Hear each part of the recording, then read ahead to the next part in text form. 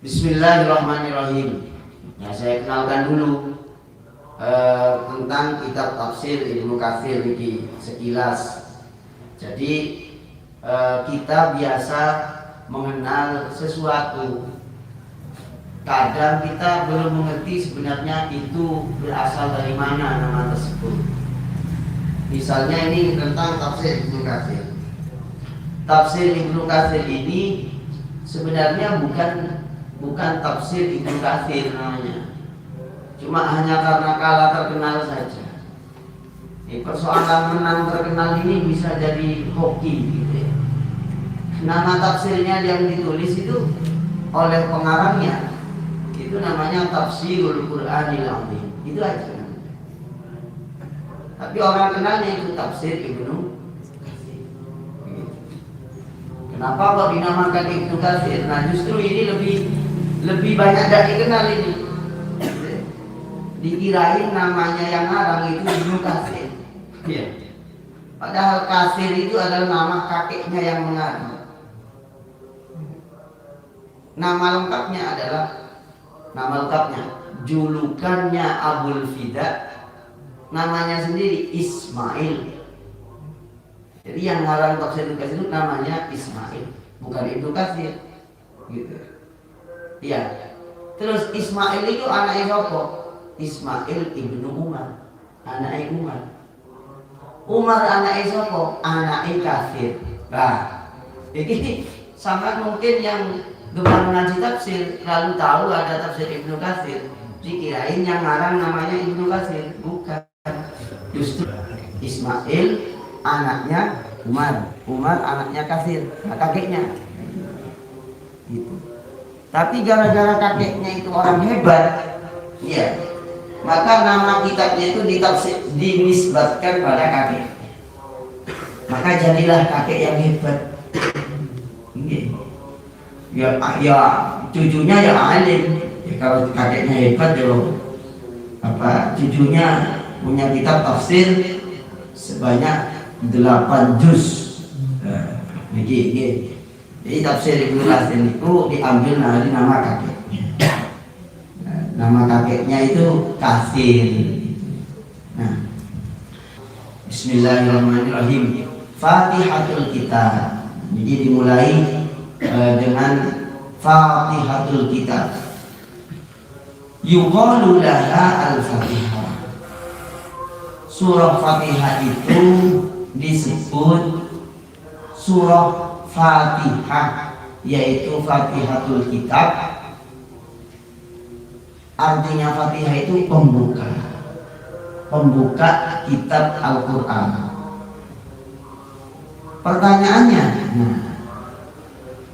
Pertanyaannya ini ilmu sudah. Surah yang turun pertama kali itu adalah Al-Alaq. Tapi di Quran malah diletakkan belakang-belakang. Dari sini loh panjenengan sudah bisa membaca. Yang diturunkan itu 1 sampai 5 ayat surat Al-Alaq itu yang jelas pertama kali turun. Yang ittifaq ulama itu adalah ayat yang pertama kali turun. Kenapa kok yang diletakkan Fatihah pertama? Nah, panjenengan dari situ itu sudah mikir itu, iya kok kenapa ya? Apa itu memang disuruh Nabi? Hadisnya di mana? Kalau memang itu disuruh Nabi. Jadi kalau di dalam tafsir ini dikatakan Fatihatul Kitab khatton. Secara tulisan surah Fatihah itu dinamakan surah pembuka. Kenapa kok begitu? Ini ada cerita. Ceritanya itu Sa'id bin Al-Mu'alla itu waktu sholat bersama Nabi subuh begini. Itu waktu sholat sebelum melakukan sholat bilang, mau gak kamu tak ajarin surah a'zama suratin fil Qur'an? Mau nggak kamu tak ajarin surah yang paling agung di Quran? Bala ya Rasulullah. Nggih Nabi monggo panjenengan ajari saya surah yang paling agung di Quran. A'zama suratin. A'zama suratin ing sakluwe bagus sakluwe agung-agunge surah fil Quran kang tetep ing dalam Al-Quran. Gitu. Jawabannya Sa'id bin Al-Mu'alla, Nabi monggo panjenengan ajarkan kepada saya. Maka Nabi ketika selesai sholat, Nabi itu lupa. Nabi lupa. Akhirnya ditegur, ya Rasulullah, qulta a'u'allimuka a'zama suratin fil Qur'an. Nabi panjenengan tadi bilang mau diajarin saya surah, diberitahu surah yang paling agung di Quran. Akhirnya, oh iya, surah yang paling agung katanya Nabi, Alhamdulillahirabbil alamin, yaitu Fatihatul Kitab. Ya surah yang paling agung itu ya surah Fatihah. Sehingga dari sini bapak-bapak, ibu-ibu, para sahabat nulis Quran, nyusun Quran diawali dengan surah yang paling agung, kendati pun turunnya enggak pertama kali. Lah yang nyusun itu sahabat yang nyusun Quran itu disusunnya sejak zaman Sayyidina Utsman bin Affan, bukan zamannya Nabi. Nih, bukan zamannya Nabi. Bahkan waktu pengumpulannya saja antara Abu Bakar dan Sayyidina Umar itu engkel-engkelan. Ya bahasanya kita itu engkel-engkelan. Kenapa kok dikatakan engkel-engkelan? Iya, karena Abu Bakar tidak mau membukukan Quran. Itu di hadis Sahih Bukhari. Sampun nanti diceritakan, sudah pernah diceritakan. Oh berarti belum nih. Kalau belum berarti oh tereng berarti ya. Iya. Berarti not yet. Jadi sahabat Abu Bakar itu engkel-engkelan dengan Sayyidina Umar tidak mau membukukan Al-Quran. Itu ceritanya di hadis Sahih Bukhari dikatakan begini. Sayyidina Umar itu datang kepada siapa? Datang kepada Abu Bakar. Lalu setelah Abu Bakar itu ditanya ditawarin oleh Sayyidina Umar, itu begini, wahai Abu Bakar, ya, qad istahalla qatlul yamama, qad intahara qatlul yamama. Jadi pembantaian ataupun korban perang Yamama itu sangat banyak memakan korban. Perang Yamama itu memakan korban para sahabat yang hafal Quran.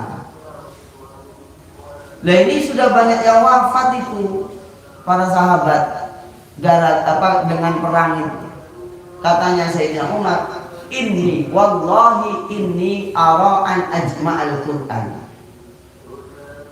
Saya ini berpendapat Quran ini setelah wafat Nabi di zamannya Khalifah Umar.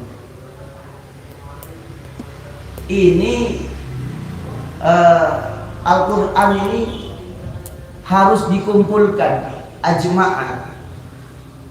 Belum dibukukan, masih dikumpulkan. Setelah Umar bin Khattab mengatakan seperti itu, Abu Bakar menjawab, kaifa af'alu ma lam yaf'alhu Rasulullah sallallahu alaihi wasallam.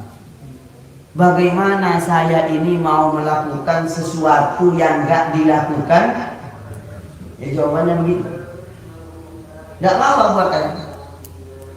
Enggak mau membukukan Al-Quran. Karena jawabannya Abu Bakar, saya enggak berani, ini belum dilakukan Nabi. Gampangannya iki bid'ah iki. Loh iya, Quran itu bid'ah terbesar itu. Karena Abu Bakar tidak mau melakukan. Lantaran apa? Nabi tidak pernah nyuruh membuku, nyuruh mengumpulkan. Abu Bakar tidak mau, buka kawannya. Apa? Bid'ah itu. Polanya Kanjeng Nabi orang tahu berapa? Apa jawabannya itu? Wallahi inni arala khairun. Demi Allah ini baik. Katanya Sayyidina. Ya. Jadi Sayyidina Umar ini termasuk sahabat yang apa ya? Punya banyak gagasan-gagasan yang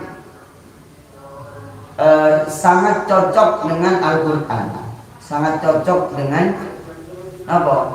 Sangat cocok dengan sabdanya Nabi,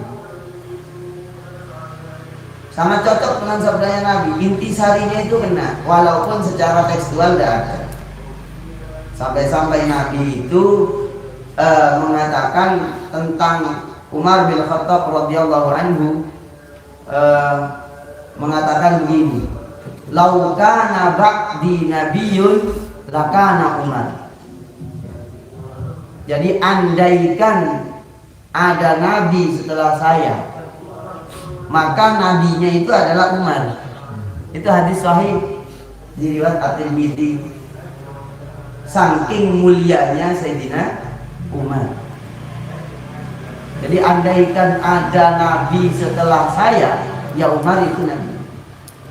Akhirnya setelah Sayyidina Umar ini mengatakan begitu, Abu Bakar pulang. Ya udah berpisah, mikir-mikir beberapa hari. Setelah itu ternyata istikharanya Abu Bakar cocok karo omongannya.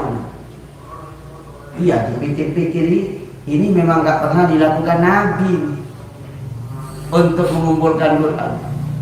Akhirnya bilang ke Umar, "Oh ya wes, aku setuju." Kenapa? Ini kalau nggak dibuka Quran, sahabatnya udah pada mati nih. Yang hafal Quran banyak yang mati. Bagaimana ini? Akhirnya dikumpulkanlah oleh Sayyidina Abu Bakar dan Umar dengan menunjuk Zaid bin Sabit sebagai kepala panitia, ketua panitia. Begitu. Maka kalau panjenengan biasa mengatakan ini nggak dilakukan Nabi, ya Quran itu diantaranya. Pembukuan Quran di hadis Sahih Bukhari. Itu begitu. Sama sekali nggak dilakukan, mana? Apalagi dicetak. Ya, apalagi dicetak. Baru di zamannya Sayyidina Utsman bin Affan radhiyallahu anhu itu dicetak jadi 5. Itu timnya lebih lebih solid itu. Karena dikumpulkan semua oleh Utsman di tasheh. Dari sekian banyak hafalan itu di tasheh. Yang banyak ikhtilaf dibakar. Yang ittifaq dikumpulkan dicetak jadi 5, yang banyak ikhtilaf dibakar biar nggak jadi fitnah. Jadi riwayat yang di Quran sekarang itu dulu ada yang ikhtilaf, ada yang ittifaq bacaan dari Nabi. Dicetak 5, 1 di Hijaz, 2 dikirim ke Suriah, 3 ke Yaman, 4 ke Irak, 5 ke Mesir. 5 ini oleh Sayyidina Us. Itu pun belum ada harokat, belum ada titik, belum ada harokat. Nah harokat dan titik itu bid'ah ini buatannya generasi keempat sahabat Nabi. Gak ada di zaman Nabi itu harokat dan titik. Jadi antara uktul dengan iqbal itu sama atau akbil.